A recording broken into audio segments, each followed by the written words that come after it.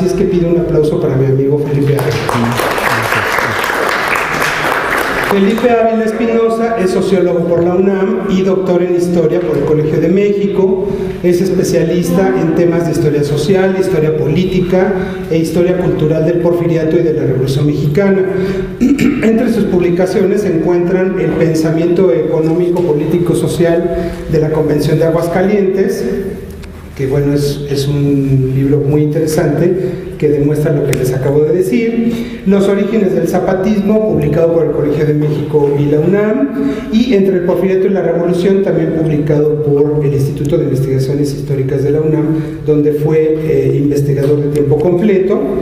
También fue coordinador del libro El zapatismo, tierra, gente, tiempos del sur, en el volumen 7 de la historia de Morelos, que coordinó nuestro también amigo don Horacio Crespo y que se publicó por el Congreso del Estado de Morelos en el 2010. Ha sido colaborador en otros libros, entre ellos el volumen 5 de la historia de la vida cotidiana en México, coordinado por la doctora Pilar Gonzalvo, y este libro publicado por el Fondo de Cultura Económica, y ha publicado diversos trabajos sobre historia del movimiento obrero en la Revolución, el anticlericalismo en México y España, entre otros, en libros y revistas especializadas.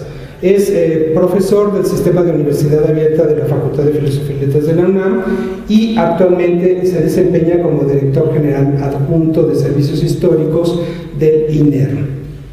Cedo la palabra a Felipe, bienvenido. Adelante. Muchas gracias, Pablo. Agradezco tu presentación, tus gratas palabras y la invitación que me haces para compartir estos momentos con el auditorio aquí presente. Buenas tardes a todos. Vamos a entrar en materia.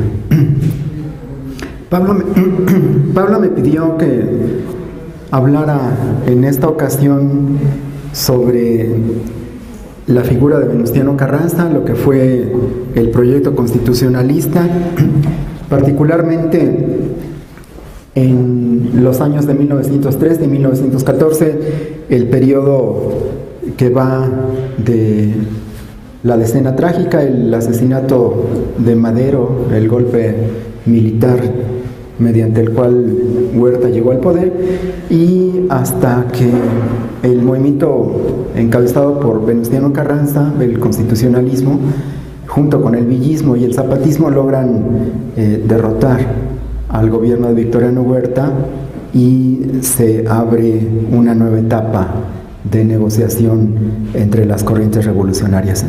El periodo pues en el que me voy a centrar en esta ocasión corresponde a el que va del asesinato y el asesinato de Madero y el asalto al poder por Victoriano Huerta y la derrota del huertismo a manos de los ejércitos constitucionalistas, villista y zapatista.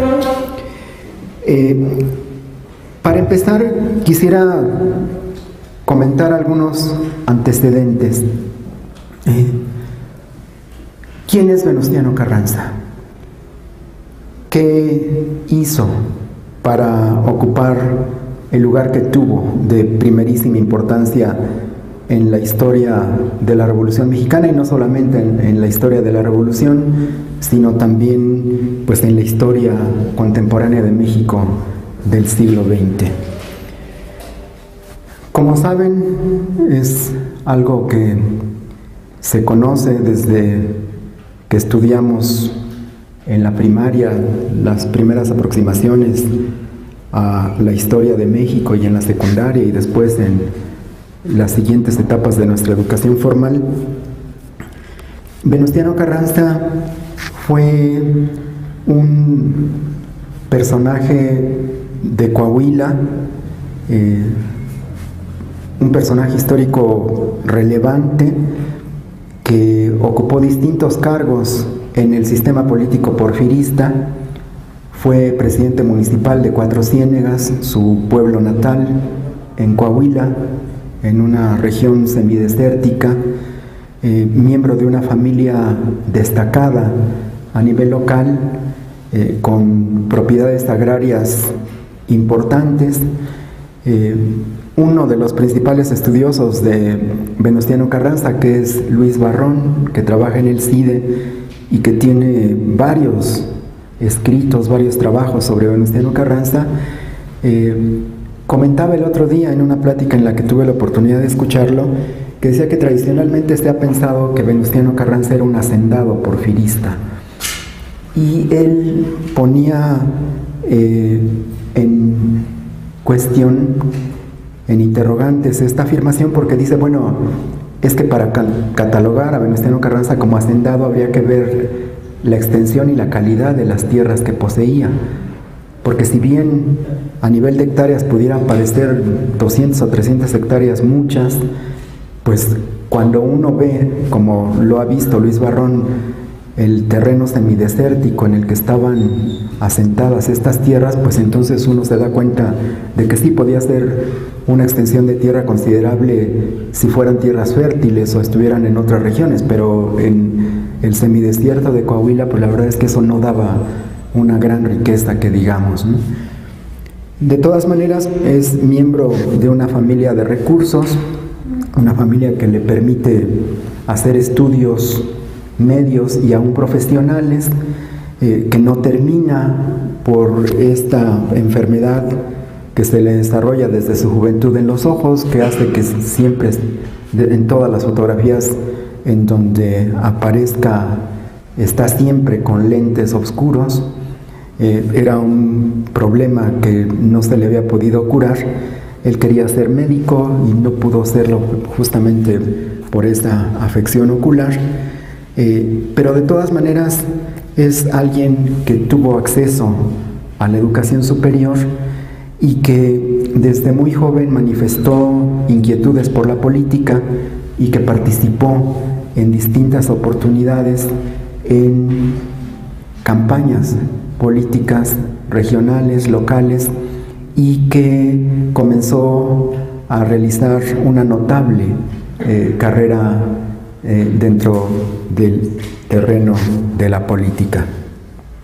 Como les mencionaba, fue presidente municipal de Cuatro Ciénegas, fue también diputado local, fue diputado federal, fue senador, compitió para ser gobernador de su estado, fue gobernador interino durante todavía el porfiriato, y luego ya estallada la revolución fue fue gobernador constitucional de Coahuila durante el gobierno de Francisco I. Madero. Es entonces un personaje que tiene una trayectoria política notable. No era fácil tener acceso al sistema político porfirista si no se era parte de las élites y si no se tenían los contactos, si no se tenía las relaciones, si no se tenía la capacidad para permanecer dentro de él. Por más de 25 años fue un miembro destacado de la clase política coahuilense y también un miembro destacado de la clase política nacional. Desde Coahuila se vinculó a quien era el personaje político más importante del noreste mexicano, a Bernardo Reyes, este conocido general porfirista, uno de los personajes más importantes de las Fuerzas Armadas, quizá el general con más arraigo, con más apoyo dentro del ejército, un brillante político y administrador que, como ustedes saben, fue el promotor del despegue y el desarrollo económico de Monterrey cuando fue gobernador,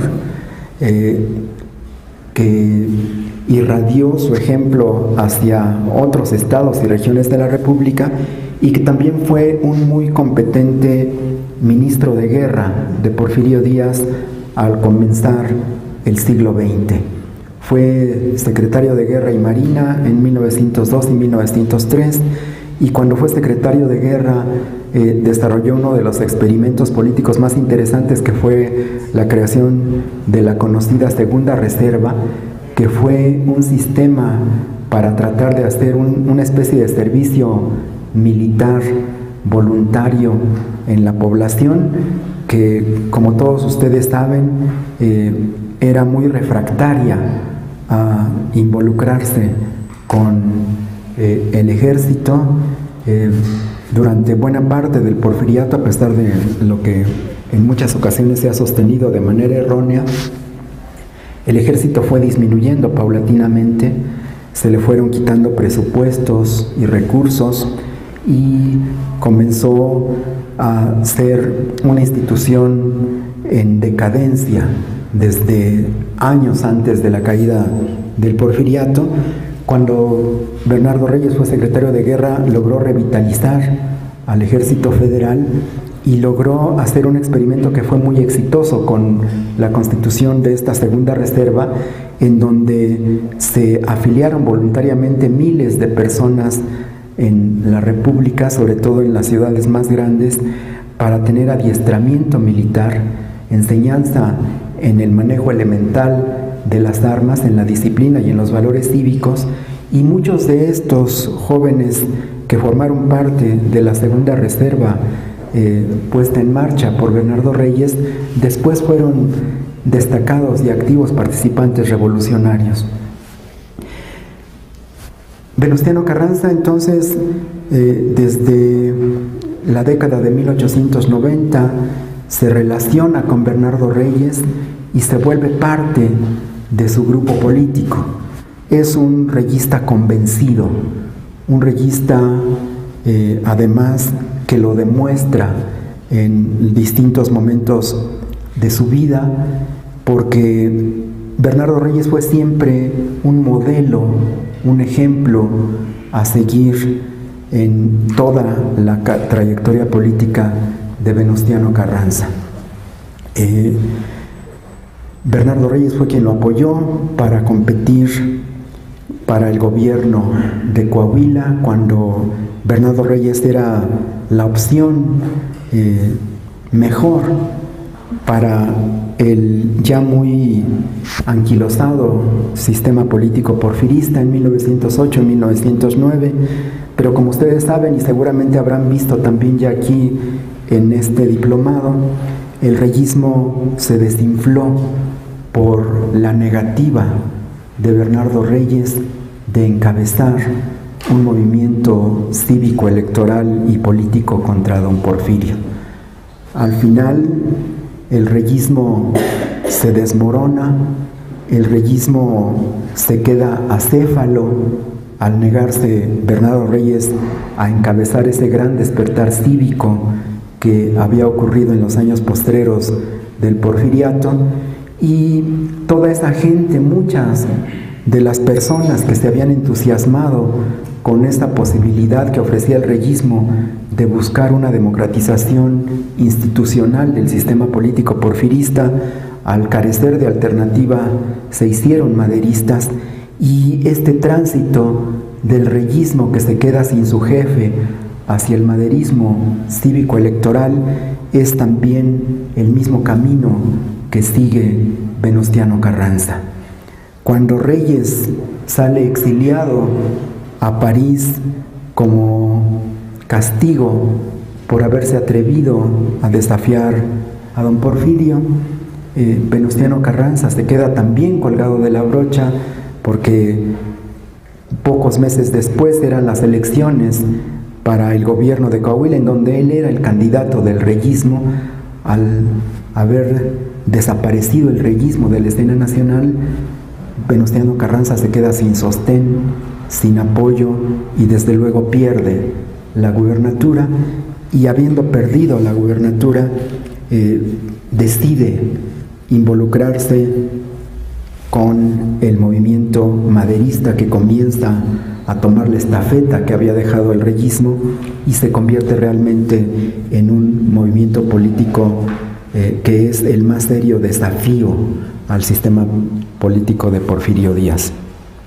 Este tránsito entonces del reyismo hacia el maderismo, sin embargo, en Venustiano Carranza no es un tránsito completo.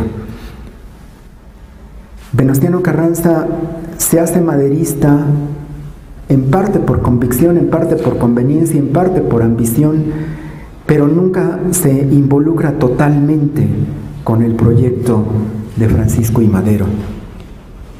Carranza sigue siendo mucho más reyista que maderista, y esto lo demuestra siempre. Cuando Reyes sale del país, que vive el exilio en Francia, estalla la revolución de Madero. Y en poco tiempo, esto seguramente lo habrán visto ya ustedes aquí, el movimiento encabezado por Madero en 6 meses solamente logra acabar con el gobierno de Porfirio Díaz, que parecía inamovible, que parecía muy consolidado, sobre todo después de haber hecho las fiestas del centenario de la independencia, en donde se había manifestado ante el mundo en la plenitud de su poder.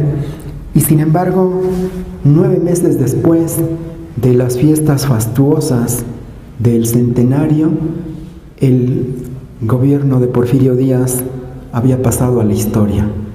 6 meses bastaron para que una insurrección popular inédita, pero que apenas estaba comenzando, lo echara de la silla presidencial. En estos 6 meses, el candidato reyista al gobierno de Coahuila, derrotado, Venustiano Carranza, se había incorporado al maderismo, había sido una de sus figuras centrales en los finales de la campaña electoral, y también había estado cerca de Madero durante la insurrección, aunque no se había comprometido plenamente con ella. En la insurrección, como ustedes saben, también quienes descollaron fueron figuras nuevas, personajes que no eran parte de la élite política nacional, que durante la insurrección demostraron sus capacidades, su habilidad guerrera, su don de mando, su estrategia y táctica aprovechadas de manera magistral. Y los más importantes dirigentes militares de la insurrección de Madero no fueron ninguno de sus compañeros de la campaña electoral, sino que fueron personajes nuevos, personajes surgidos de abajo, personajes prácticamente desconocidos a nivel nacional. Los más importantes de estos nuevos personajes fueron, ustedes lo deben de saber también, Pascual Orozco y Francisco Villa en el norte, y Emiliano Zapata en el sur. Estos fueron los sostenes de la insurrección victoriosa, y sobre todo Pascual Orozco fue el personaje más importante. Sin Pascual Orozco no hubiera ganado la revolución de Madero.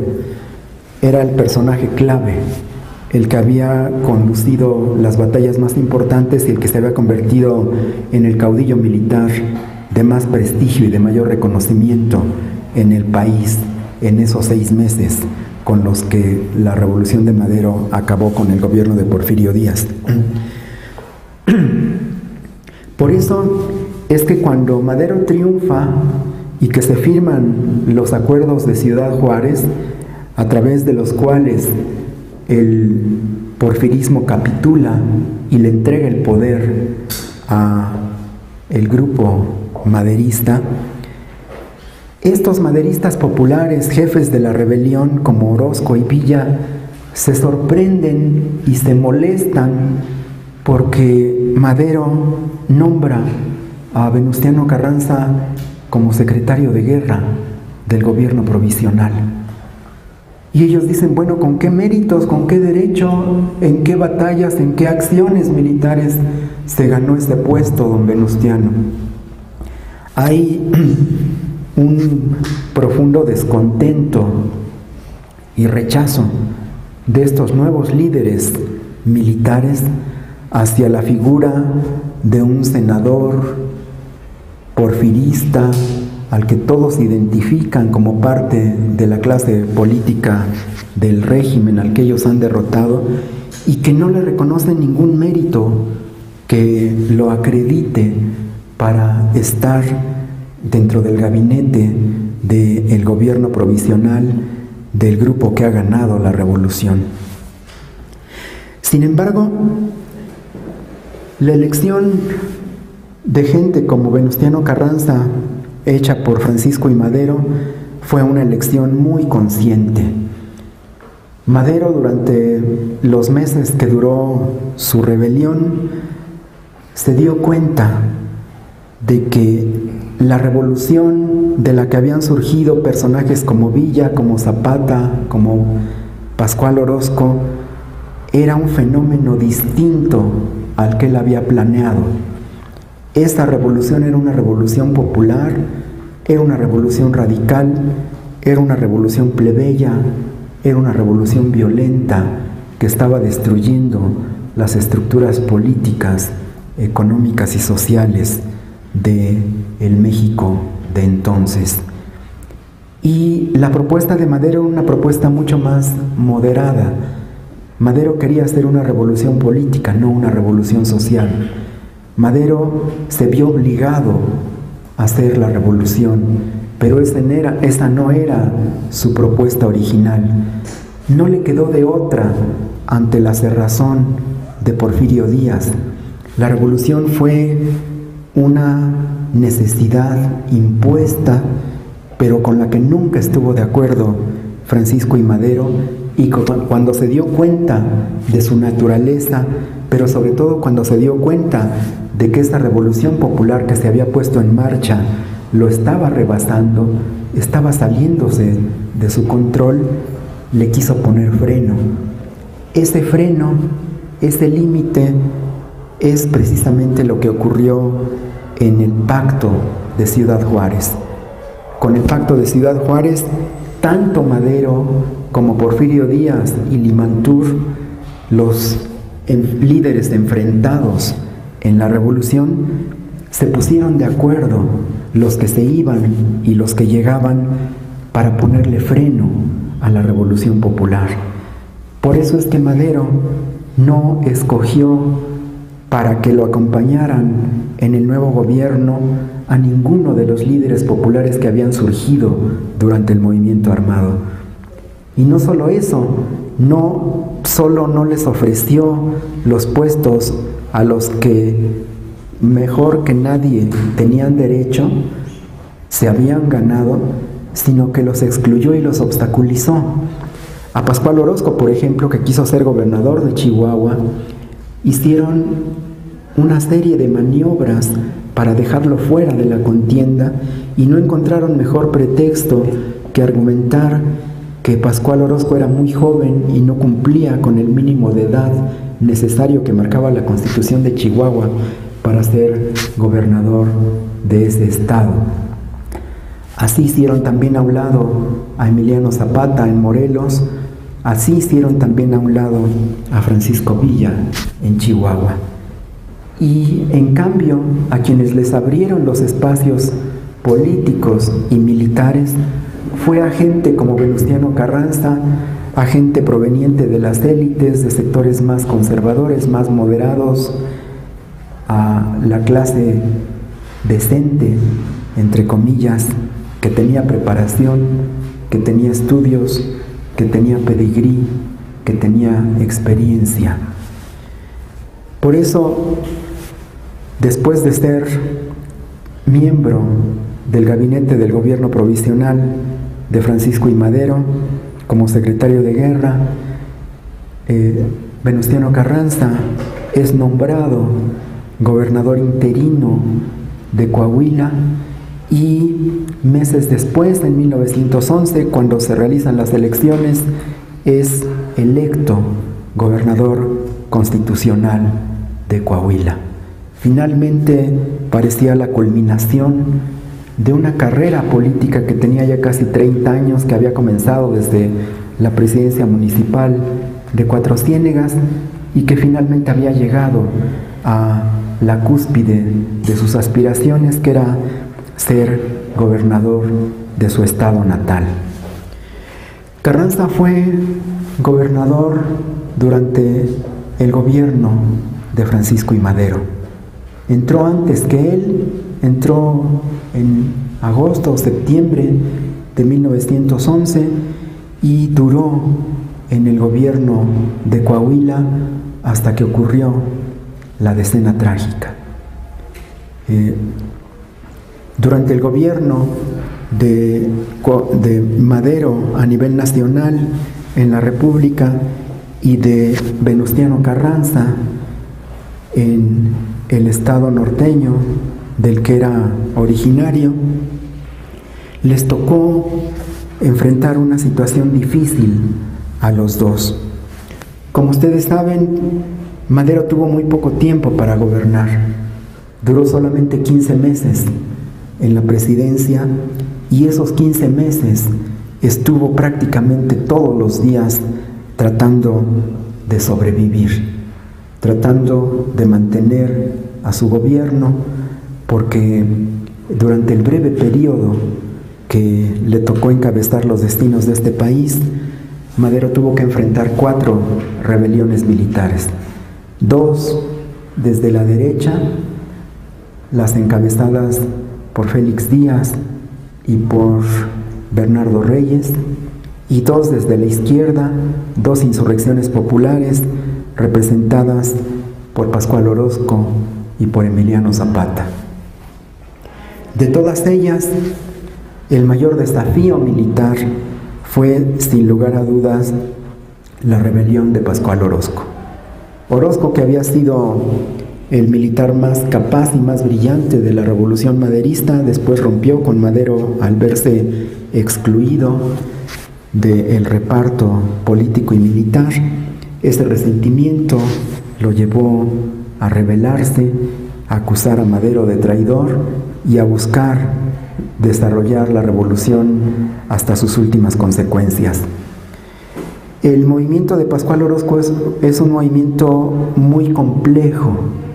A menudo se le ha descalificado diciendo que era un movimiento reaccionario, un movimiento conservador, un movimiento alentado por los hacendados de Chihuahua que le habían lavado el cerebro a Pascual Orozco, que lo habían engolosinado y le habían llenado de humo la cabeza y habían despertado sus ambiciones de que él podía ser presidente de la República y que lo habían orillado a levantarse contra Madero. Y sin embargo, el orozquismo fue mucho más complejo que eso. El orozquismo fue un movimiento auténticamente popular, un movimiento legítimo, un movimiento con planteamientos agrarios, con planteamientos políticos, democráticos, con planteamientos de darle solución al problema de la tierra y al problema obrero, que eran los más acuciantes de la época. Fue un movimiento progresista y popular en donde muchos de los combatientes maderistas de 1910 y 1911 se sumaron a la rebelión de Pascual Orozco. Pero también tuvo un componente conservador. Sí es cierto que un sector de los hacendados de Chihuahua estuvo apoyando financieramente a la rebelión de Orozco, que le dieron su apoyo, que estuvo con el respaldo de la élite chihuahuense que se veía amenazada por el gobierno de Madero y que hicieron un intento grande por tratar de derrocarlo. Finalmente el orozquismo fue derrotado, pero les costó mucho trabajo aplastar la rebelión de Orozco. Para acabar con Orozco tuvieron que emplear al ejército federal, a lo mejor que había quedado del ejército federal, que estaba intacto porque Madero no les había hecho mella ni durante la insurrección maderista ni tampoco después. Entonces el ejército federal estaba prácticamente en pie, sin haber tenido ningún menoscabo, ningún debilitamiento, y además muy resentido, muy rencoroso contra el propio Madero. Pero emplearon también a algunos de los maderistas que siguieron siendo fieles a Francisco y Madero, encabezados por Pancho Villa, que era la segunda figura más importante de la revolución. Él también había sido hecho a un lado por Madero, pero él, a diferencia de Orozco, no se le volteó y no lo traicionó, y siguió siendo leal y se puso a las órdenes de Madero, que lo mandó como subordinado de Victoriano Huerta. Y entre el ejército encabezado por Victoriano Huerta y las milicias revolucionarias maderistas encabezadas por Francisco Villa, lograron acabar con el desafío de Pascual Orozco en Chihuahua.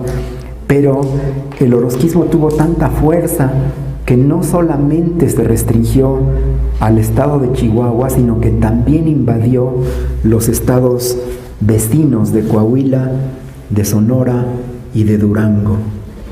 Y los gobernadores maderistas de Coahuila, de Sonora y de Durango tuvieron que sumar esfuerzos también para combatir y exterminar al orozquismo. Les costó más de un año acabar con el desafío de Pascual Orozco.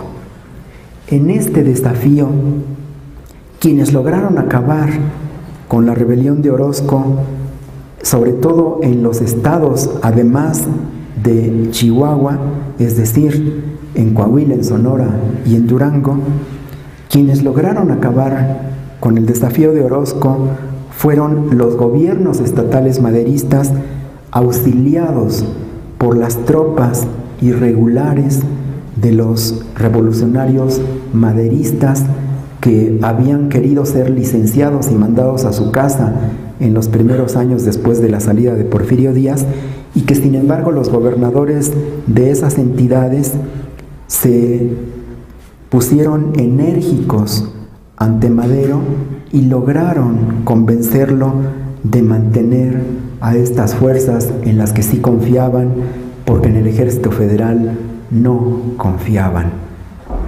Así pues, en 1912, cuando es derrotado el orozquismo, el resultado es que quien lo derrotó en los estados vecinos a Chihuahua fueron las fuerzas de revolucionarios ex-maderistas que habían permanecido fieles al gobierno de Madero.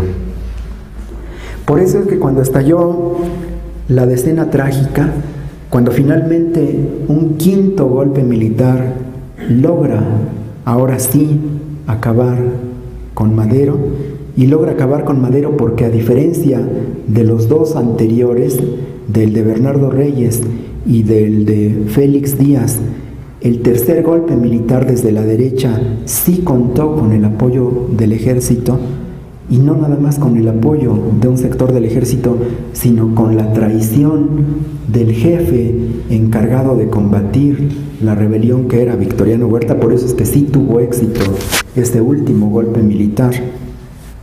Por eso es que cuando estalla la Decena Trágica, digo, los estados en donde se logra organizar la resistencia y la defensa del maderismo, aunque Madero ya esté muerto, fue precisamente en esos estados norteños, en donde había fuerzas irregulares que habían permanecido en las armas para combatir a Orozco, y que los gobernadores no habían querido licenciar y mandar a sus casas. Fue a partir de esas fuerzas irregulares, de esos exmaderistas revolucionarios, como se pudo organizar la resistencia al golpe militar de Victoriano Huerta. Y quien encabezó esa resistencia fue precisamente Venustiano Carranza. Venustiano Carranza tuvo la valentía, tuvo el olfato político y tuvo la habilidad de encabezar la lucha contra el golpe militar de Victoriano Huerta, y lo pudo hacer porque fue el único de los gobernadores maderistas que no solamente no reconocieron al gobierno de Victoriano Huerta, sino que tuvo la capacidad de eludir las presiones y de resistir las amenazas que se cirnieron contra él. Porque cuando Victoriano Huerta mandó asesinar a Madero y a Pino Suárez y se apoderó de la silla presidencial, una de sus primeras medidas políticas y militares fue exigir el reconocimiento de todos los gobernadores y todos los jefes de las zonas militares. Y de aquellos gobernadores que no lo reconocieron, inmediatamente tomó medidas o para matarlos, o para encarcelarlos, o para destituirlos. Quien hubiera sido el heredero natural de Madero era Abraham González, el gobernador de Chihuahua. Él era el que tenía que haber encabezado la resistencia después de la muerte de Madero. Era el más fiel maderista, era el discípulo más aventajado, era el que debería haber recogido la estafeta.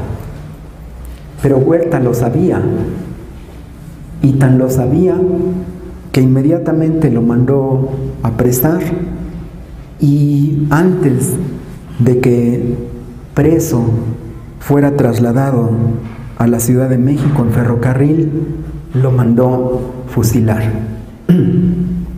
Se deshizo así del que hubiera sido el enemigo potencial más peligroso a su gobierno. De los otros gobernadores más fielmente maderistas, como Rafael Cepeda de San Luis Potosí, también lo mandó a encarcelar. A Felipe Riveros de Sinaloa también lo encarcelaron.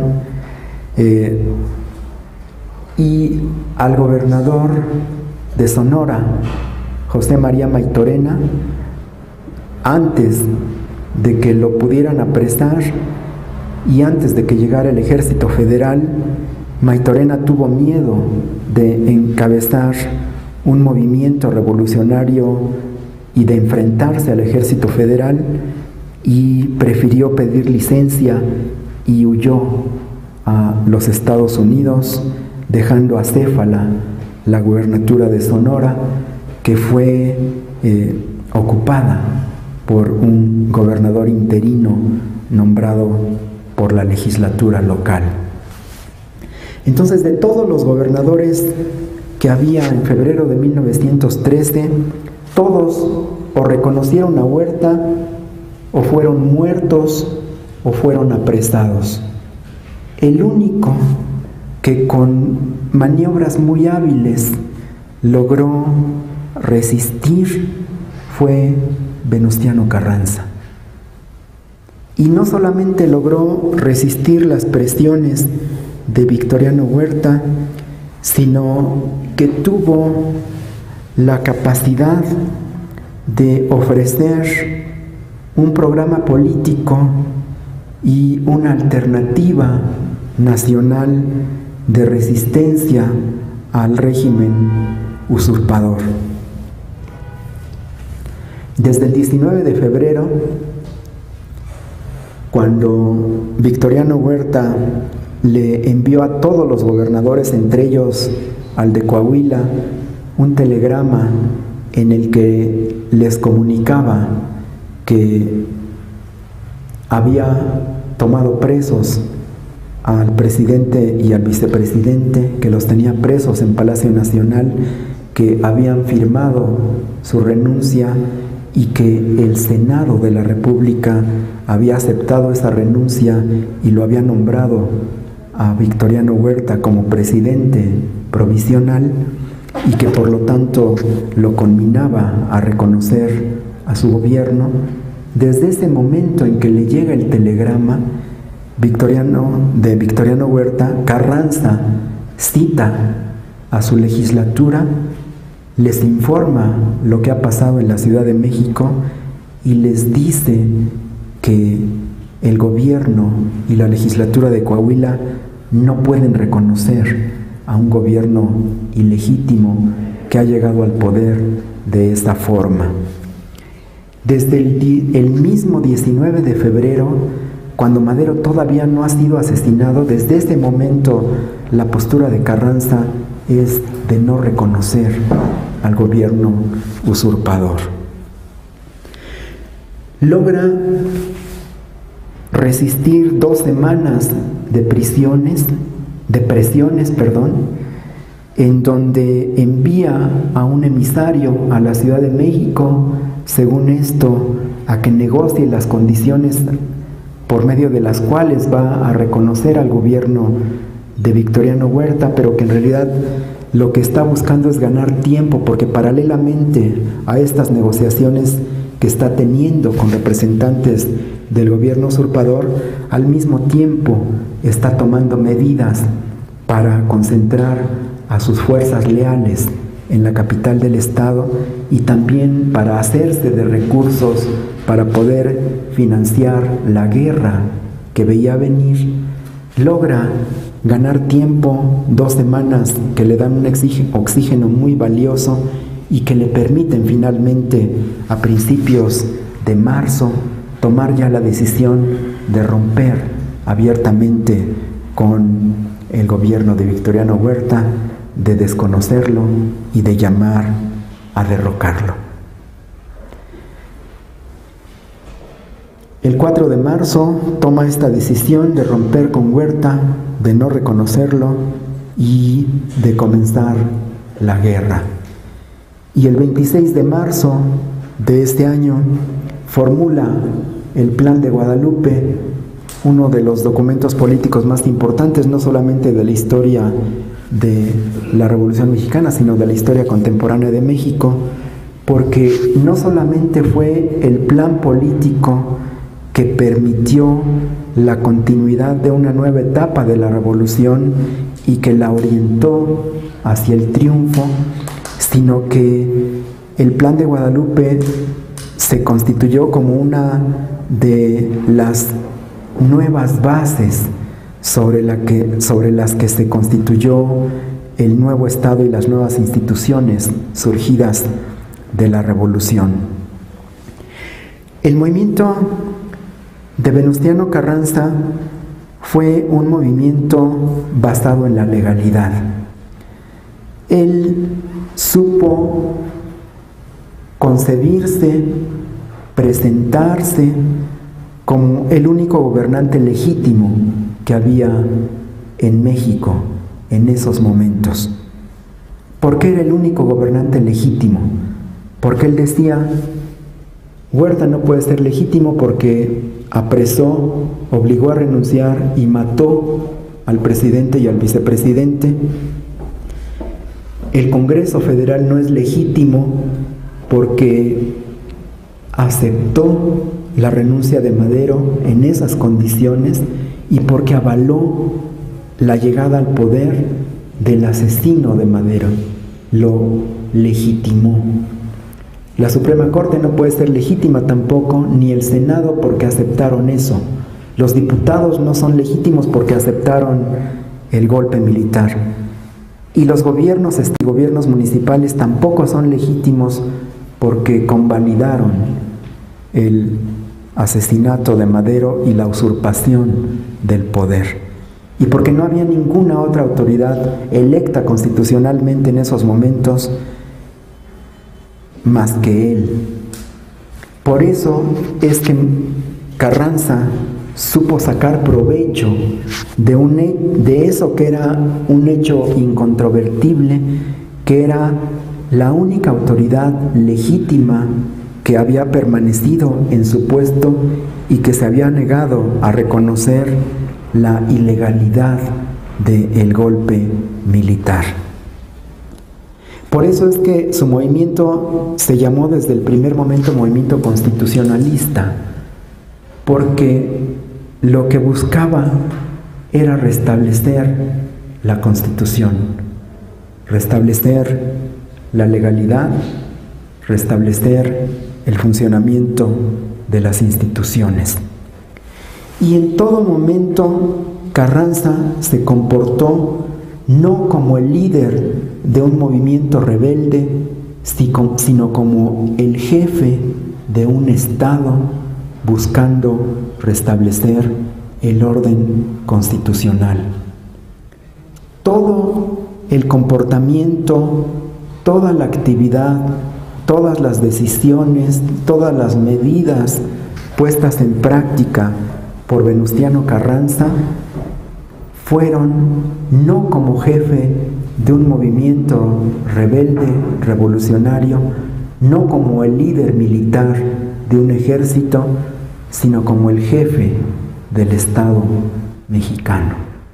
Eso es lo que le da una dimensión distinta a la que pudiera haber tenido después líderes como Francisco Villa, como Emiliano Zapata, como Álvaro Obregón, como todos los destacados militares que surgieron y se desarrollaron en los meses siguientes a la Decena Trágica. Esto es entonces un elemento característico que define la naturaleza esencial de lo que fue el movimiento de Venustiano Carranza. Y esto es importante aquilatarlo porque también hay que reconocer que Carranza no fue un buen militar. No era un jefe con talento para conducir ejércitos. Cuando se rebela en marzo y en abril de 1913 contra Victoriano Huerta, pierde todas las batallas. No logra conservar Coahuila, es echado de Coahuila. Y las batallas que encabeza, su conducción militar es de tal manera deficiente, defectuosa, su terquedad causa muchas bajas en su gente, que algunos de sus subordinados se molestan y prácticamente se insubordinan y tratan de actuar por su cuenta y de no depender de las órdenes de Carranza, que muestra desde el principio que no tiene talento militar. Un talento militar que por otro lado se presenta de manera notable en personajes como Francisco Villa o como Álvaro Obregón. Carranza no tiene el talento militar de Villa y de Obregón. No tiene tampoco el carisma de gente como Zapata o como Pancho Villa. No tiene el arrastre popular, ni la simpatía, ni despierta el fervor entre sus partidarios, como el fervor casi religioso de la gente que seguía a Francisco Villa y a Emiliano Zapata. No tiene tampoco la simpatía, el carisma, el encanto personal que tiene Álvaro Obregón. Junto a ellos, Carranza es un personaje bastante gris, bastante acartonado, autoritario, poco carismático, terco, empecinado. No tiene tampoco la habilidad guerrera de Obregón o la intuición y el arrojo y la valentía temeraria de Pancho Villa. Y sin embargo, se impone a todos ellos,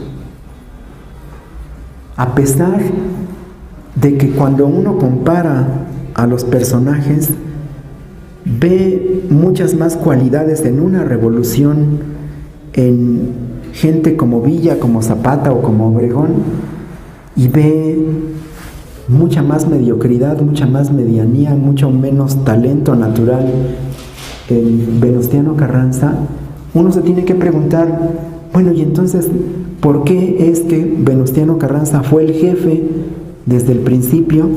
¿Y por qué además fue el que les ganó a todos ellos y los aplastó, excepto a uno, a Obregón?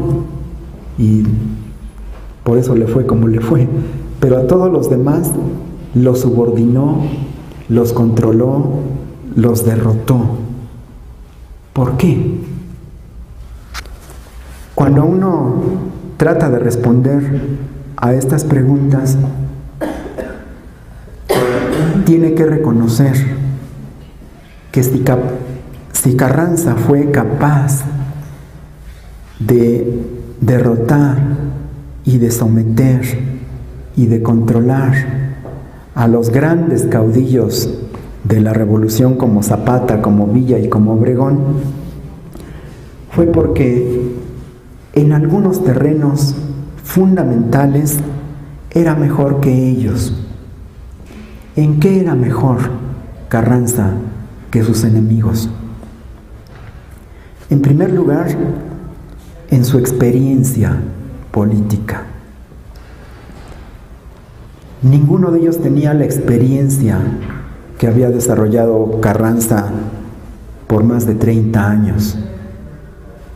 Como lo había comentado al principio, Carranza había transitado por todos los puestos importantes de la política local, estatal y nacional.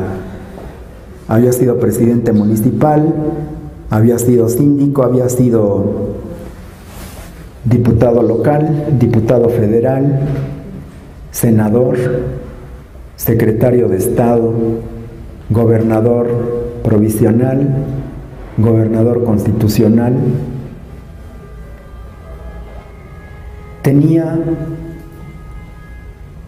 un amplio conocimiento de la política. Había conocido a la clase política porfirista, que era una clase política muy capacitada, muy experimentada. Pero además de esta experiencia, con la cual ninguno podía competir, ni Madero tampoco. Madero era un novato de la política, nunca había sido nada hasta que fue presidente de la República. Nunca había tenido un cargo de representación popular. Y sí tenía un enorme carisma, una enorme convicción que contagiaba a las multitudes, pero no tenía la experiencia política que tenía Venustiano Carranza.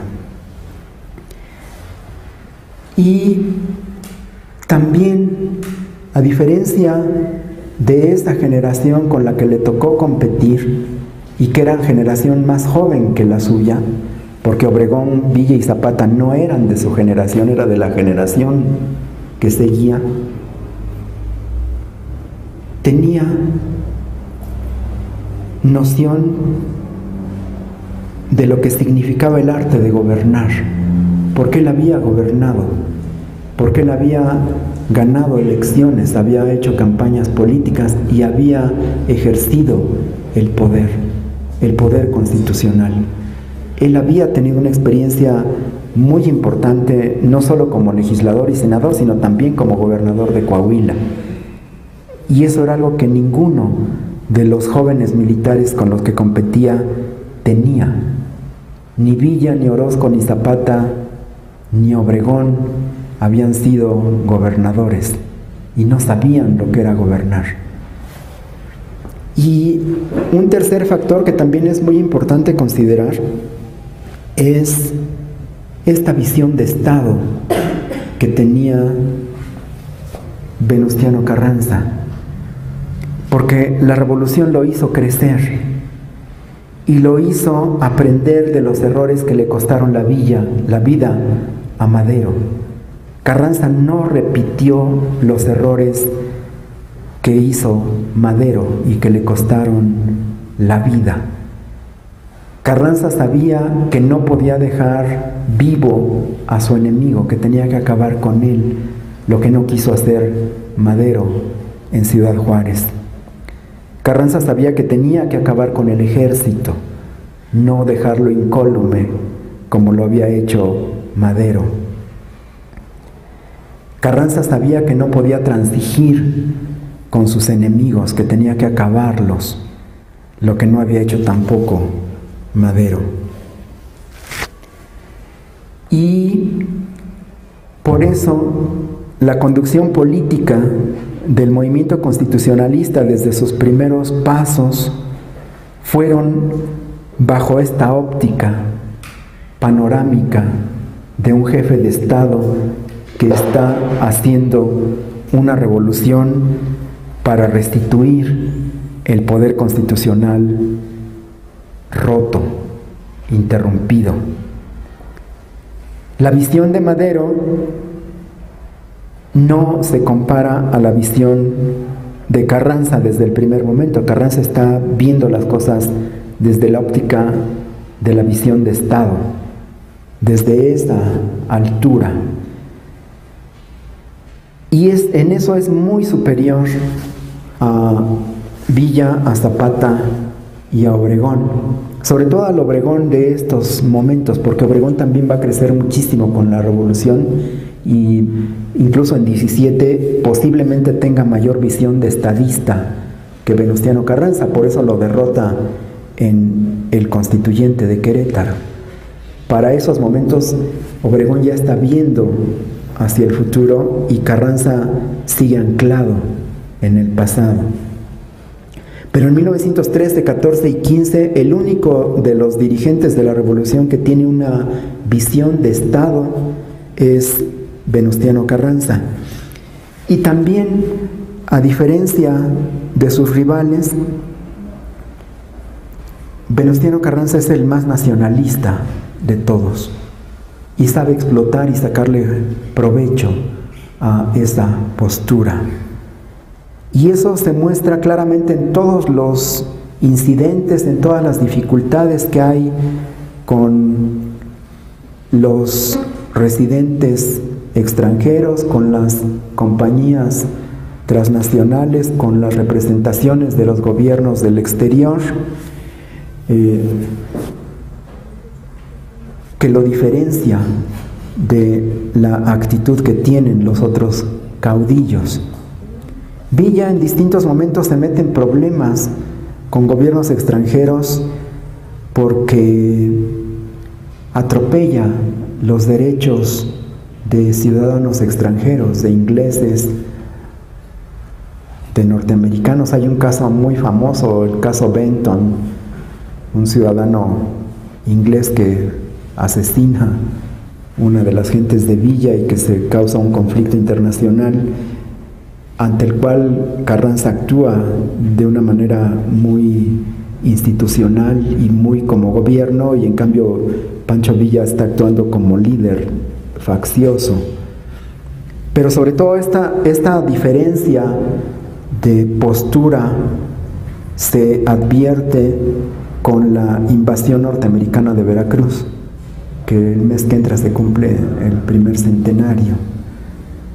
La invasión injustificada a todas luces de los marines estadounidenses, primero en Tampico y luego en Veracruz, el único que la condenó desde el primer momento y que mantuvo una postura firme de rechazo y de exigencia de retiro de las fuerzas extranjeras fue Venustiano Carranza. Villa y Felipe Ángeles, que en esos momentos era su principal consejero,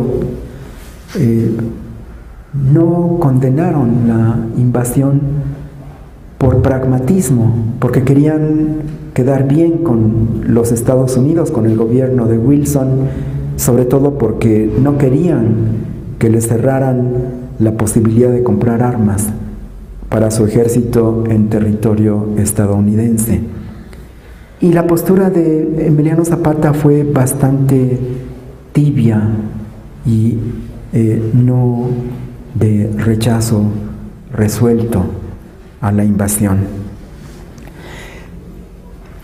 Todos estos factores se combinan para explicarnos por qué Carranza fue capaz de ser realmente el primer jefe del ejército constitucionalista y de tener a sus órdenes a 3 poderosos ejércitos: el ejército del noreste, comandado por Pablo González, el más cercano a Carranza, el más de él, y que de hecho pues es con el que gobierna y el que en parte se mantiene fiel a él aún en sus últimos momentos, aunque Pablo González lo haya traicionado también después de la rebelión de Agua Prieta y Carranza se haya quedado prácticamente solo, pero de los poquitos que se quedaron con él hasta el final eran precisamente de este ejército del noreste que venía originalmente de Coahuila. Los principales generales y comandantes del ejército del noreste eran gente muy cercana a Venustiano Carranza, algunos de ellos familiares, amigos muy cercanos y colaboradores de su gobierno desde muchos años atrás. Este es el ejército más cercano a su proyecto, el del noreste, que controló Coahuila, Nuevo León y Tamaulipas. Pero también tuvo la capacidad de someter, de contribuir al fortalecimiento y al desarrollo y controlar al poderoso ejército del noroeste. Y tuvo el olfato político, el tino de nombrar a Álvaro Obregón el jefe del ejército del noroeste, cuando Obregón no era en esos momentos, cuando lo nombra, el más destacado de los militares de esa región. Había varios que le disputaban el liderazgo, y entre ellos Salvador Alvarado, pero por las pugnas entre los militares sonorenses, entre ellos mismos y con el gobierno de Sonora, Venustiano Carranza tuvo el olfato político, el tino, la visión de confiar en Obregón. Y Obregón, ustedes lo saben, pues ha sido el más brillante militar en la historia de nuestro país. Es el único general invicto, el único general no solamente que tuvo la capacidad de ser el principal jefe militar de una revolución popular triunfante, sino también la visión de Estado de ver el futuro de México como un país distinto que tenía que construirse a partir de una nueva alianza de las élites dominantes con los sectores populares, y el Estado posrevolucionario quienes ponen los cimientos de lo que va a ser el México del siglo XX, y que en buena medida sigue siendo en parte el México que hoy tenemos, fue el Grupo de Sonora, y el jefe del Grupo de Sonora, pues sin lugar a dudas, fue Álvaro Obregón. Pero desde una época tan temprana como mediados de 1913, Venustiano Carranza tuvo el tino de confiar y de darle la responsabilidad a Álvaro Obregón de encabezar el que después sería el ejército triunfante de la revolución, el ejército del noroeste. Y con Villa lo van a ver ustedes después con más detalle en este mismo diplomado. Carranza tuvo una relación muy complicada, muy conflictiva. Desde el primer momento hubo una fuerte rivalidad. Villa era una gente acostumbrada a actuar con gran independencia, a confiar en sus propias capacidades, a no aceptar subordinarse fácilmente a cualquiera, y menos a una gente a la que no le tenía mucho respeto, como era Venustiano Carranza, porque además el problema que ocurrió con Villa fue no nada más un choque de personalidades y de caracteres muy fuertes, sino también el enfrentamiento entre proyectos distintos. El proyecto político de Carranza era un proyecto distinto al proyecto de Villa, porque el villismo era una especie de maderismo popular. Era tratar de llevar la revolución que había iniciado Madero hasta sus últimas consecuencias, acompañado de los sectores populares con los que Madero no quiso transitar, pero era un movimiento heredero y que reivindicaba sus raíces netamente maderistas. Y como les había comentado desde el principio, el proyecto de Carranza era un proyecto mucho más moderado, mucho más conservador, mucho más cercano a lo que había sido el reyismo. Y ustedes también deben de haber visto, aunque sea someramente aquí en estas sesiones, las diferencias tan profundas que hubo entre el reyismo y el maderismo. Eran movimientos irreconciliables. El reyismo era un movimiento mucho más autoritario, de modernización económica, basado en la preeminencia del Estado central, pero sin tanta apertura democrática, y el maderismo era un movimiento absolutamente político y democrático. Y Reyes había sido enemigo histórico de la familia Madero desde siempre. Y justamente el antirreyismo de Madero fue lo que lo separaba de Venustiano Carranza, que Venustiano Carranza siempre siguió siendo reyista. Carranza fue mucho más reyista que maderista. Por eso es que cuando matan a Madero y que los familiares de Madero, los hermanos de Madero, se incorporan a la revolución, y muchos de los secretarios, varios de los secretarios de Estado de Madero y varios de los jefes militares que se mantuvieron fieles a él, chocaron con Venustiano Carranza, porque en Venustiano Carranza y en sus más allegados había un rechazo hacia los maderistas. Los maderistas nunca se sintieron reconocidos, respetados, y nunca tuvieron buenas relaciones con Venustiano Carranza y con su círculo más cercano. Por eso es que terminaron refugiándose con Francisco Villa, y por eso fortalecieron el proyecto de Francisco Villa y lo volvieron un proyecto mucho más maderista, de un maderismo auténticamente popular y revolucionario. Entonces, esto es lo que explica las diferencias entre Venustiano Carranza y los maderistas y Francisco Villa. Para concluir, les quisiera mencionar solamente que Venustiano Carranza es una figura central en la Revolución Mexicana, que tuvo la capacidad de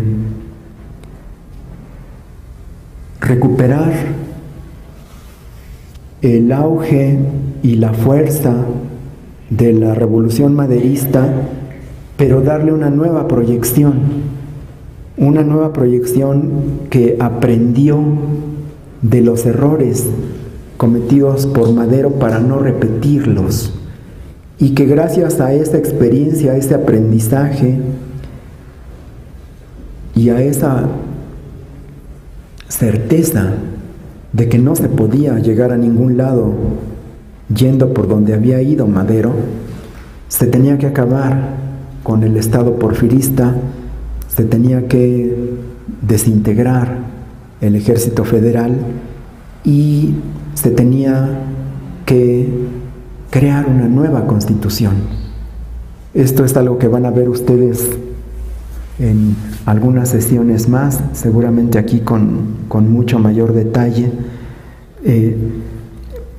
Esto no hubiera sido posible si detrás del liderazgo de esta nueva etapa de la revolución no hubiera estado alguien como Venustiano Carranza, con esa experiencia, con ese conocimiento, con esa convicción, con ese olfato político, con esa conducción de mando, con esas cualidades que lo llevaron a ser y a consolidarse como primer jefe del ejército constitucionalista.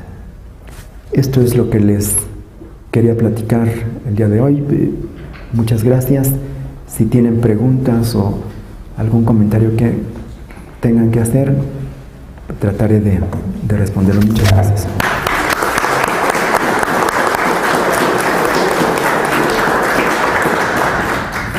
¿Preguntas? ¿Comentarios? Perdón, doctor, ¿por qué surge la postura de que muchos autores manejan que Carranza, si no hubiera sido por Huerta, hubiera sido el que se hubiera levantado contra Madero? O porque generalmente existen estas dos, ¿no? De que Carranza de una u otra manera restituye la constitucionalidad, pero otros autores dicen que él únicamente el destino que llevó a Huerta a ser el primero en sublevarse contra Madero, ¿no? En quitarlo del camino.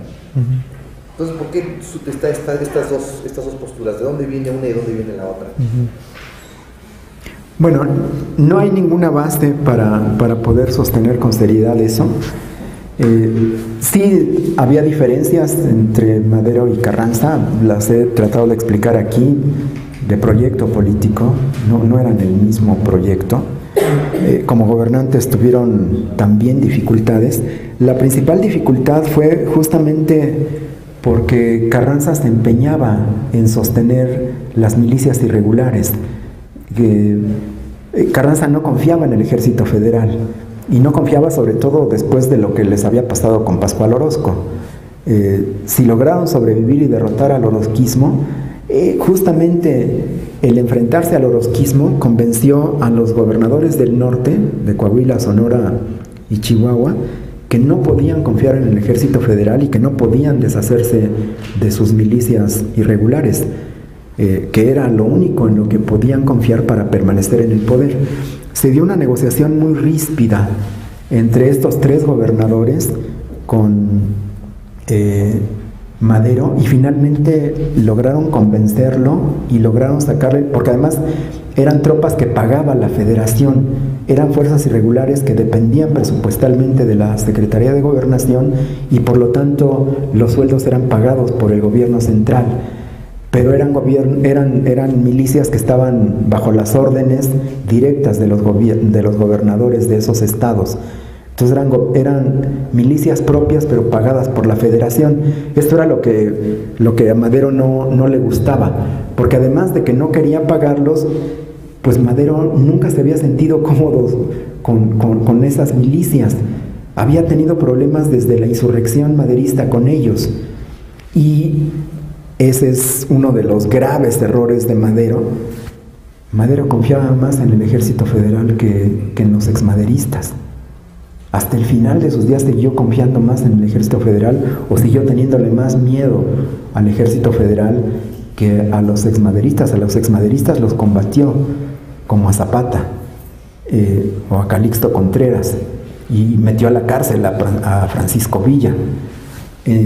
Entonces, entre el ejército federal y las milicias irregulares, Madero estaba por deshacerse de las milicias irregulares y por fortalecer al ejército federal, y así le fue. Y en cambio Carranza tenía una opinión totalmente distinta. Desde en el ejército no se puede confiar y la única fuerza en la que podemos confiar son nuestras propias fuerzas milicianas. Y bueno, se cita siempre una cacería a la que invitó Carranza a los gobernadores del norte, a la que creo que solo pudo asistir Rafael Cepeda de San Luis Potosí, pero que había invitado a Maytorena y a Abraham González en enero de 1913, y que por estas diferencias extrapolan los argumentos y dicen que no, estaba planeando rebelarse, pero no hay ninguna base documental, seria, ni tampoco en las posturas de Carranza como para sostener esa afirmación. ¿Alguien más?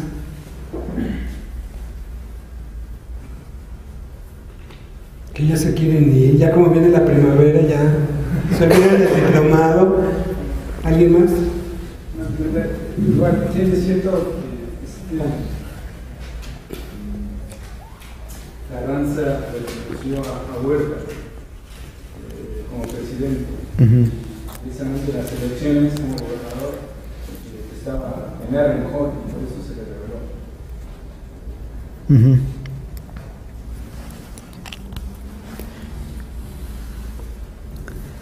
En este punto hay más controversia, porque aquí sí existen documentos que avalan las dos posturas.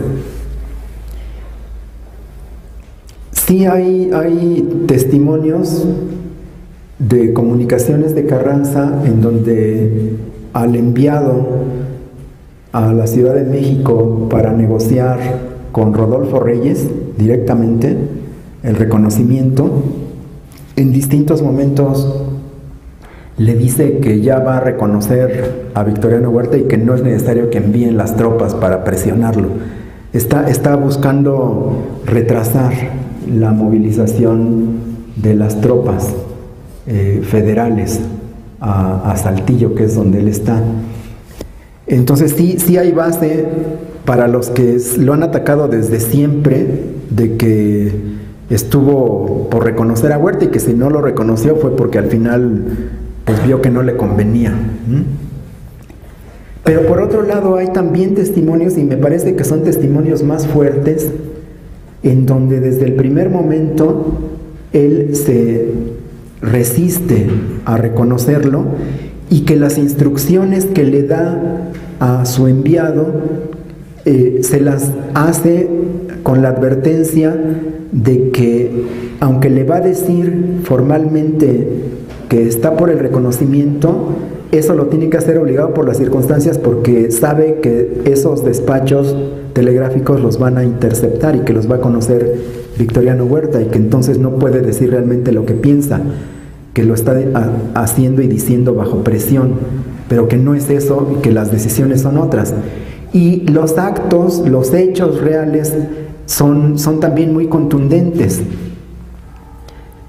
La legislatura desde el 19 de febrero desconoce a Victoriano Huerta, lo llama ilegítimo, y llama a sus jefes militares que están en distintos lugares del estado y fuera del estado a que se concentren cerca de Saltillo y que se aprovisionen de armas, y comienza a pedir préstamo a el banco. Incluso Huerta de repente se entera de que Carranza como gobernador acaba de solicitar y de obtener un préstamo de 50,000 pesos a un banco de Coahuila, y le dice, bueno, ¿para qué diablo quieres 50,000 pesos? Y Carranza lo que está haciendo es hacerse de fondos para comprar armas. Entonces yo creo que son más contundentes los hechos, las acciones que lleva a cabo para desconocerlo y para enfrentarlo, pero que como que va preparando el terreno y gana 2 semanas valiosísimas, que por otro lado pues es también una cosa que no se entiende cómo es que Huerta se deja engatusar, porque a otros gobernadores con una actitud menos ambigua que la de Carranza inmediatamente los destituye y los apresa, y en cambio a Carranza como que sí le da el beneficio de la duda y lo deja vivir 2 semanas que son mortales para Huerta, porque ahí es donde Carranza realmente logra salir del territorio donde estaba muy comprometido y en peligro, ¿no? Ahora, yo creo que Carranza tenía muy claro de que Huerta se lo iba a echar. Ya sabía que había matado a Abraham González y que ya tenía presos a todos los otros gobernadores que medio que no lo querían reconocer. Pero mira, abogando por esto último que estoy diciendo, Les voy a leer la circular de... Mira, el oficio del gobernador de Coahuila a la legislatura del Estado con motivo del mensaje que le dirigiera Victoriano Huerta participándole haber asumido el Poder Ejecutivo de la Unión. Esto es en Saltillo el 19 de febrero, cuando todavía está preso Madero en Palacio Nacional. Dice: Gobierno del Estado de Coahuila, con fecha de ayer y procedente de México, recibí el siguiente mensaje del general Victoriano Huerta. Autorizado por el Senado, he asumido el Poder Ejecutivo, estando presos el presidente y su gabinete. El telegrama preinserto es por sí solo insuficiente para explicar con claridad la delicada situación por que el país atraviesa. Mas, como el Senado, conforme a la Constitución, no tiene facultades para designar al primer magistrado de la nación, no pudo legalmente autorizar al general Huerta para asumir el Poder Ejecutivo y, en consecuencia, el expresado general no tiene la legítima investidura del presidente de la República. O sea, no lo está reconociendo. Deseoso de cumplir fielmente con los sagrados deberes de mi cargo como gobernador de Coahuila, he creído conveniente dirigirme a esta Cámara, a la de Coahuila, para que resuelva sobre la actitud que deba asumir el gobierno del Estado en el presente trance con respecto al general que por error o deslealtad pretende usurpar la primera magistratura de la República. Esperando que la resolución de este Congreso esté de acuerdo con los principios legales y con los intereses de la patria, me es grato renovar a ustedes las seguridades de mi distinguida consideración y particular aprecio.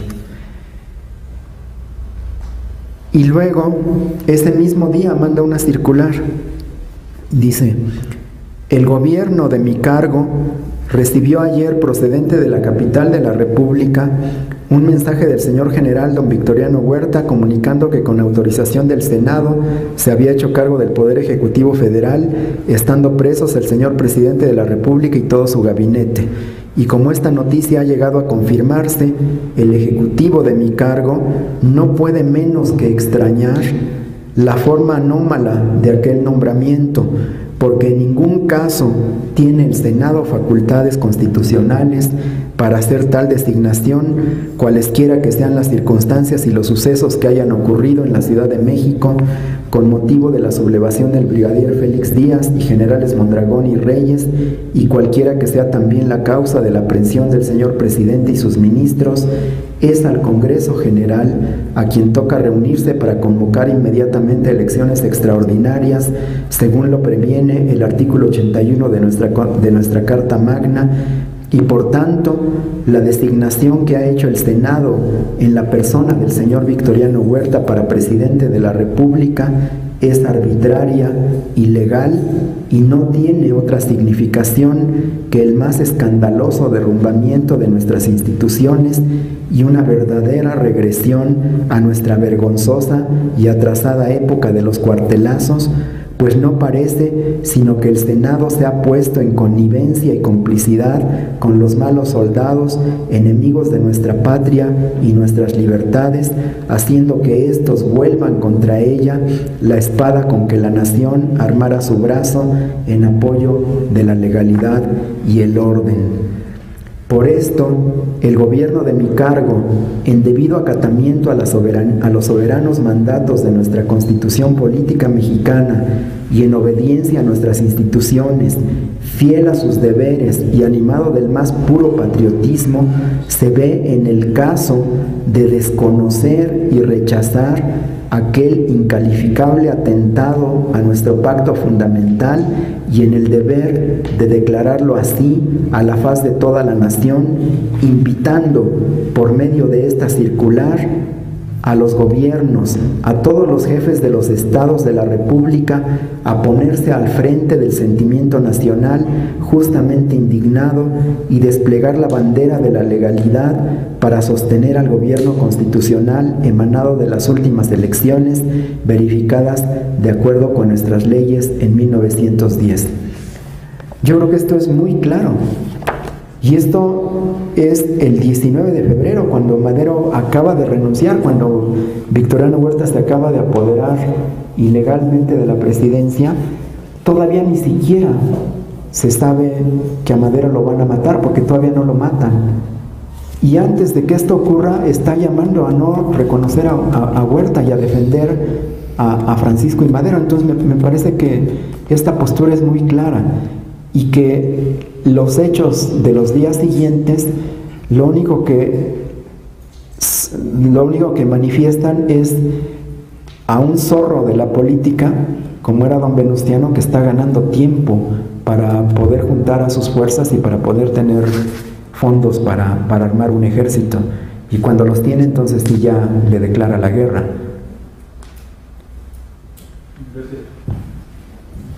Adelante. Bueno, no sé si me queda claro esto. Ok, el señor Carranza es un, vamos a decir, pausado en la política, maneja muy bien lo que ha tenido experiencia. Pero también eso en el supuesto caso de los líderes como es Francisco Villa, Obregón y Emiliano Zapata, porque finalmente la rebelión contra Huerta son los ejércitos que le van a dar el triunfo, ¿no? Entonces, ¿cómo está ahí eso? Después viene una pelea encontrada contra Zapata, contra Villa, y bueno, Obregón es otra cosa aparte, ¿sí? Entonces, no lo entiendo, primero los usan, o realmente los utilizan. O sea, ¿sí tienes simpatía por ellos? ¿O simplemente los usan? Yo creo que no es que tenga simpatía por ellos, pero tampoco es que los use. Carranza es el primer jefe del ejército constitucionalista, y de él dependen los tres grandes ejércitos norteños. Porque aunque él en una circular organiza un ejército organiza su ejército en siete ejércitos regionales, en realidad los únicos que sí se materializan son los que ya estaban: el del noreste, el noroeste y la división del norte, que nunca le da la categoría de cuerpo de ejército. Es una división, es como un escalón abajo. A Villa nunca le da el mismo rango de general que le da a Pablo González y a Álvaro Obregón. Él es el jefe de ellos, y como jefe de ellos les ordena, y cuando no lo obedecen les llama la atención, o en el extremo, como ocurrió con Pancho Villa, lo destituye, que fue lo que ocurrió después de la toma de Zacatecas. Ahí ya es un enfrentamiento abierto con uno de sus subordinados que se le insubordina y que pasa por encima de sus decisiones, porque ustedes lo van a ver más adelante aquí. La toma de Zacatecas la hace Villa pasando por encima de las instrucciones de Venustiano Carranza. Carranza, a quien le ordena que tome Zacatecas, es a Pánfilo Natera. Cuando Natera no puede tomar Zacatecas, Carranza le ordena a Villa que ponga una parte de la división del norte a las órdenes de Natera para que le ayude a tomar Zacatecas. Villa no acepta eso, le dice: pero es que va a volver a fracasar, y además yo no dejo que mis hombres se vayan a poner bajo las órdenes de Pánfilo Natera. Él decide que toda la división marche sobre Zacatecas y toma Zacatecas en contra de las instrucciones de Venustiano Carranza. Ahí ya estalla el conflicto, un conflicto que se venía gestando, y después obstaculiza a Villa. Cuando Villa toma Zacatecas, tiene ya franco el paso a la Ciudad de México, y Carranza hace todo lo que puede para impedir que Villa llegue primero a la Ciudad de México, y lo obliga a regresarse y tomar Saltillo, cuando tomar Saltillo le correspondía a Pablo González, que estaba en Monterrey. para desviar a Pancho Villa de su camino franco hacia la capital de la República, le ordena que vaya primero a tomar Saltillo, y Villa lo hace, toma Saltillo y se lo entrega a Carranza y se lo entrega a Pablo González. Y cuando regresa a Torreón para reanudar su marcha hacia la Ciudad de México, Carranza le corta el suministro de combustible para sus trenes, y entonces la División del Norte se queda sin poder moverse.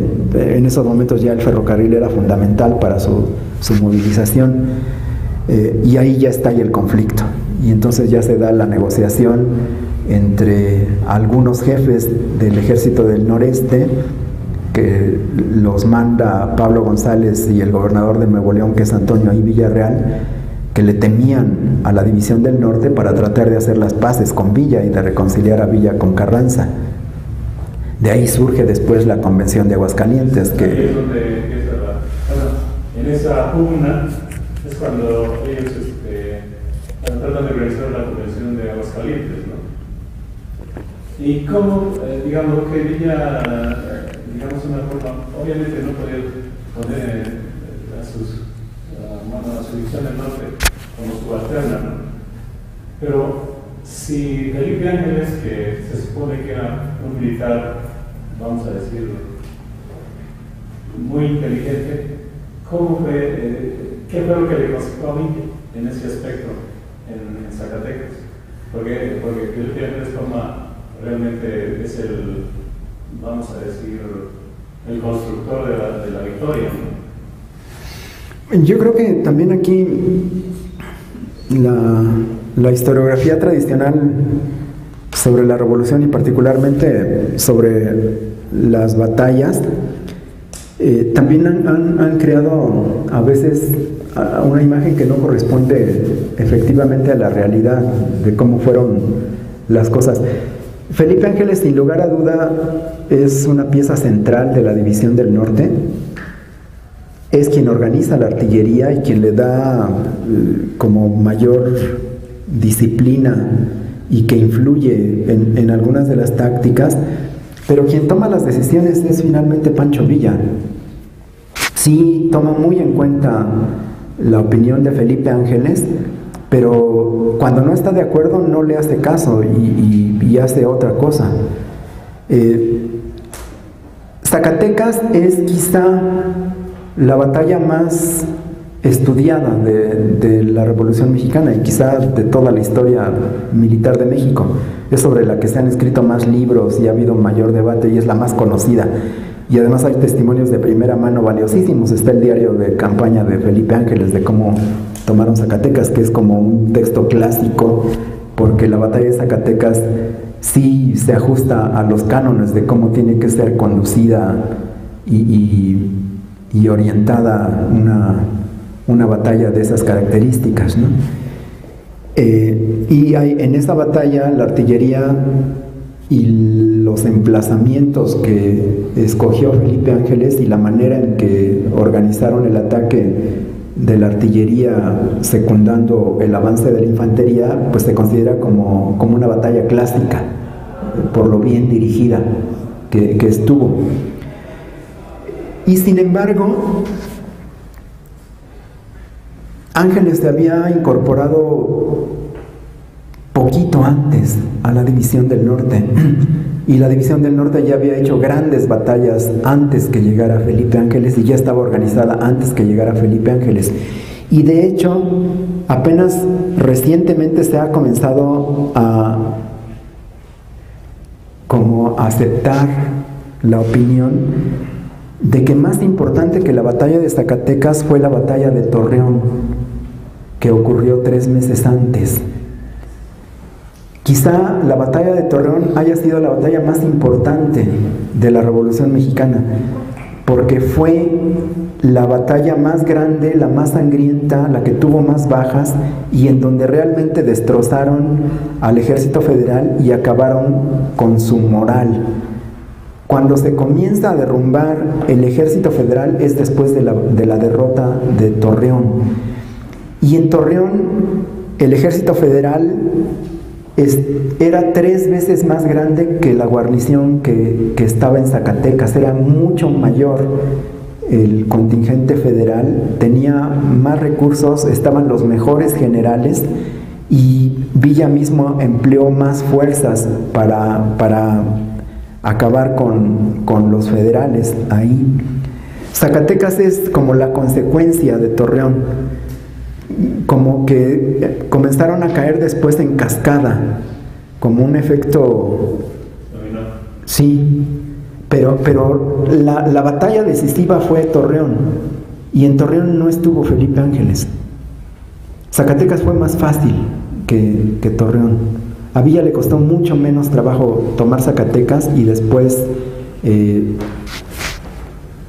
Saltillo que Torreón. Entonces, yo creo que lo que también es importante es ver cómo la División del Norte ya era un ejército formado, al que Ángeles le acabó de dar forma, pero sobre todo en la artillería. En la artillería sí, sin duda era la última palabra, la voz autorizada, pero no en la estrategia y la táctica militar. Porque Villa y Ángeles, y esto lo van a ver ustedes después, tuvieron serias diferencias en cuanto a la concepción de las batallas más importantes después de Zacatecas. Y de hecho, Ángeles nunca estuvo de acuerdo en las batallas del Bajío, en donde Villa perdió y fue destrozado por Obregón, que esa es la batalla que define la revolución. Si Villa hubiera ganado en el Bajío, la Revolución Mexicana hubiera sido distinta y a lo mejor nosotros no estaríamos aquí. Pero bueno, finalmente Obregón resultó más capaz como estratega militar que Villa, y ahí se selló el destino de la revolución.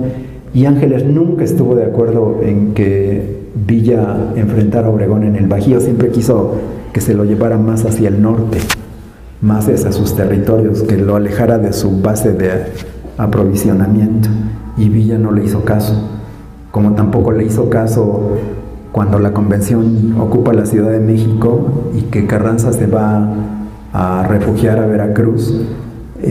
Ángeles era de la opinión de darle el tiro de gracia y de echarlo al mar en Veracruz, y Villa no estuvo de acuerdo tampoco. Entonces sí tenían sus diferencias. Ayer el detalle de eso cuando digo me han quitado un brazo cuando matan a Ángeles Villa, ¿no? Y me han quitado el otro cuando matan a Piero. Eso es solamente una especie de leyenda. Es un mito. Bueno, sí, Villa no los necesitaba. Villa ya era grande y hubiera sido grande con Ángeles o sin Ángeles, y con fierro o sin fierro. Gracias. ¿En qué consiste exactamente el nacionalismo de Carranza? Es una postura en donde se asume la defensa de la soberanía del país por encima de todas las cosas, el rechazo a la injerencia y a la intervención de una nación extranjera en los asuntos internos de la nación, y también una postura que reivindica la soberanía de la nación sobre sus recursos naturales y sobre su aprovechamiento, y que por lo tanto ve en las compañías extranjeras y en la explotación de los recursos naturales un peligro. Y es también no solamente defender la soberanía de la nación sobre sus recursos naturales, sino también buscar desarrollar una burguesía nacional no dependiente de las compañías extranjeras. Y a nivel internacional es como lo que se conoce como la doctrina Carranza, que es esta defensa de que los estados tienen que respetar la resolución de los asuntos internos de cada país y de no inmiscuirse, que fue uno de los pilares de lo que fue la gran tradición diplomática de México en el siglo XX, que después doctrina Carranza se transforma en doctrina Estrada, y que es como el derecho de la no intervención y la no injerencia de los países extranjeros en los asuntos internos de las naciones, ¿no? El nacionalismo de Carranza es eso, y también es ver que los Estados Unidos son una amenaza permanente para México y que hay que buscar poner barreras de por medio, no entregarse abiertamente a sus intereses económicos y políticos y rechazar tajantemente cualquier intervención, cualquier injerencia. Y eso lo manifestó en múltiples ocasiones. Y además, Carranza fue un permanente dolor de cabeza para los presidentes de Estados Unidos, porque nunca lo pudieron doblegar. Y aún en asuntos nimios, Carranza los volvía, o que podrían parecer nimios, Carranza los volvía asunto de Estado y de soberanía nacional, y no cedía un ápice. Desde las conferencias de Niagara Falls y el rechazo a la intervención de los marines en Veracruz, y después a la expedición punitiva de Pershing persiguiendo a Villa, y los impuestos a las compañías petroleras, que también era algo que al gobierno y a las empresas de Estados Unidos nunca les gustó. Una más para terminar. Sí, hay una visión acerca de una revolución que quedó inconclusa, precisamente porque si ponderáramos quién ganó en términos militares, en términos políticos, fue Carranza y el Grupo Sonora. Sí, a la distancia podría decirse ganaron los conservadores. El proyecto que hace rato planteaba la izquierda de Villa, la izquierda de Zapata, fue aniquilada, independientemente de que se quiso pasar a la Constitución. Es decir, independientemente de que tuviera la Constitución un carácter social, eso era inevitable. No hay ninguna dictadura, ningún gobierno, por dictatorial y antilegal que sea, que no se ocupe del asunto social, porque sin ello no hay respaldo y seguramente habrá muchas más rebeliones. Pues para todo indica, así como plantea usted en parte, gana el Grupo Sonora, el grupo que va a terminar haciendo negocios con la revolución. Todos, sin excepción, se enriquecen de la revolución. Se enriquece Calles, se enriquece Obregón, se matan entre ellos, y es cierto, yo creo que tiene toda la razón. Carranza es un porfiriano puro, toda su experiencia política la tiene en el porfiriato, en donde aprende también el crimen y la traición. Él manda a matar a Zapata, él aprende también en esa política que a los enemigos, como usted lo señaló, hay que quitarlos. Eso no genera un México después, porque nosotros ya tenemos una perspectiva social a 100 años de que se haya generado un México más justo. No tenemos esa posibilidad de asentarlo como un criterio social en el que hoy mismo podamos observar que los preceptos constitucionales se han cumplido. Entonces, es eso el asunto que sucede con la revolución. Al final, en efecto, lo que resulta curioso es que quien gana la revolución y quien la consolida es un porfirista, con todo lo que implica ese porfiriano de tradición política, económica, etc. Bueno, quien gana la revolución sí, aparentemente es un porfirista, y el más moderado de todos, que curiosamente pues encabeza la revolución. O sea, el político más moderado es el que dirige, gana y capitaliza la revolución, pero es un triunfo muy efímero, porque pues con agua prieta se lo echan y los carrancistas son barridos.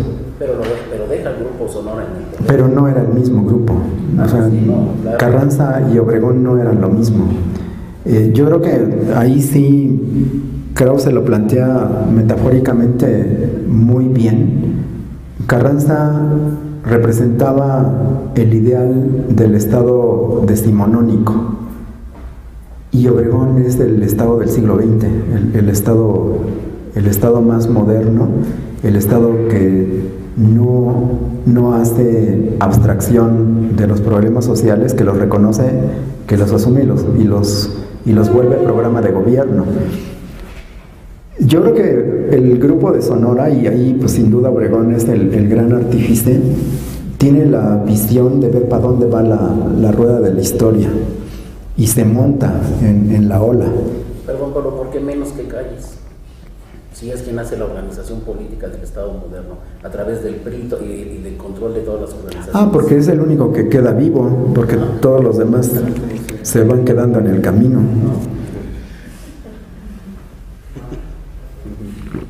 Pero yo creo que esto comienza a definirse desde los debates de la Constitución. Ahí no es Calles el que está detrás de la aprobación del 27 y del 123 y del tercero, ahí es Obregón. Él es el que tiene la visión de por dónde tiene que orientarse la nueva Constitución y las nuevas instituciones. Y él es el que hace la alianza con lo que queda del zapatismo, con los restos del zapatismo, y legitima el gobierno. Los zapatistas no se hubieran podido aliar con Carranza porque pues, Carranza había asesinado a Zapata. Los excluyó de los ejércitos. Pero Obregón sí, porque Obregón siempre fue un político muy pragmático. Él iba para donde iba el viento. Pero cuando ya demostró realmente lo que era su proyecto fue, yo creo, en la Constitución y pues en lo que fue su gobierno y la manera en que combatió y aniquiló las rebeliones militares en los 20, ¿no? Pero esa alianza con el movimiento obrero y la alianza con los sectores campesinos, eso es hechura del grupo de Sonora. Y eso es lo que le dio bases populares y legitimidad y sustento al gobierno de la revolución, de la posrevolución. El Estado que surge de la Revolución Mexicana es un Estado benefactor, keynesiano, es como el welfare state, pero antes del crack del 29. Entonces es como una premonición de por dónde tendría que ir la respuesta del capitalismo para seguir siendo funcional, que es aceptar las demandas sociales, incorporarlas como programa de gobierno, pero controlando a las masas, ¿no? Pero eso es de una enorme visión y una enorme habilidad política, porque eso es lo que hizo que el Estado mexicano haya sido el Estado más longevo de todo el siglo XX. Ni siquiera el Estado soviético tuvo la longevidad que tuvo el mexicano, y además, a diferencia del Estado soviético, que acabó con las estatuas de Lenin y de Stalin hechas añicos, aquí tenemos todavía estatuas de Zapata y de Francisco Villa, porque el Estado mexicano tuvo la capacidad de convertir en héroes a los enemigos a los que había vencido y matado en la revolución. Pero eso es algo que es habilidad del Estado mexicano posrevolucionario. Y ahorita la Revolución Mexicana no está muerta como lo está la Revolución Rusa o lo está la Revolución de los países del Este. Ahorita sigue teniendo legitimidad ese discurso, y si no, vean pues la polémica que hubo por la reforma energética de Pemex. El discurso de la izquierda es el discurso de la Revolución Mexicana, el discurso del artículo 27 original y del cardenismo de los 30. Es un discurso que sigue teniendo una enorme legitimidad y apoyo popular. Incluso posiblemente sea el mayoritario todavía a nivel de imaginario colectivo. Entonces, lo que yo digo es que si fue posible que ese Estado construyera esas bases de legitimidad y que le dieran esa estabilidad política y esa longevidad y esa fortaleza, no es solamente con demagogia y con ideología y con mentiras y con Televisa. Yo creo que hay bases de las cuales se ha podido agarrar para mantener, aunque sea la imagen. Y esas bases pues son las conquistas sociales que se vieron obligados a hacer o a aceptar a lo largo del siglo XX, porque la reforma agraria, se podrá decir lo que sea, pero fue una realidad. La mitad del territorio nacional se repartió a los campesinos y a los ejidatarios, sobre todo de las mejores tierras del país, con Lázaro Cárdenas. Si no, hubiera sido muy difícil mantener embrutecidos a los campesinos. Y las conquistas obreras también fueron reales. Hubo sindicatos, hubo huelgas, hubo jornadas laborales, hubo contratos, hubo prestaciones sociales. Es todo lo que han estado aniquilando en estos últimos 30 años, pero digamos hasta los 80 sí era una realidad de la cual todavía quedan algunos resabios, y si no, vean las prestaciones de los trabajadores de Pemex. Eso son hechos reales, no es demagogia, no es ideología, no son palabras. La reforma agraria, las conquistas laborales, los derechos sociales, el ISSSTE, el Seguro Social, todo eso se ha venido pervirtiendo, desvirtuando, las pensiones, los fondos de retiro, las indemnizaciones para el trabajo, las vacaciones, los pagos para las madres cuando están embarazadas, etcétera. Todo eso se ha ido desmantelando en los últimos años, pero si no hubieran sido hechos reales, este régimen no hubiera aguantado. Y todavía hoy día los ejidatarios y los comuneros son dueños de la mayoría de los más importantes y más valiosos recursos naturales que hay en el país. Ellos son dueños de los bosques y de las selvas. Claro, ahora ya se los han ido quitando los narcos en los últimos 15 años, pero siguen siendo los propietarios legales de esas tierras, ¿no? Yo creo que si no hubiera sido por esas conquistas verdaderas, esto no hubiera aguantado. Si ha aguantado es porque pues algo les quedó, a pesar de que hayan sido los sonorenses los que ganaron. Bien, muchas gracias. Nos vemos dentro de 8 días. Les voy a decir una cosa. Yo personalmente supervisaré la lista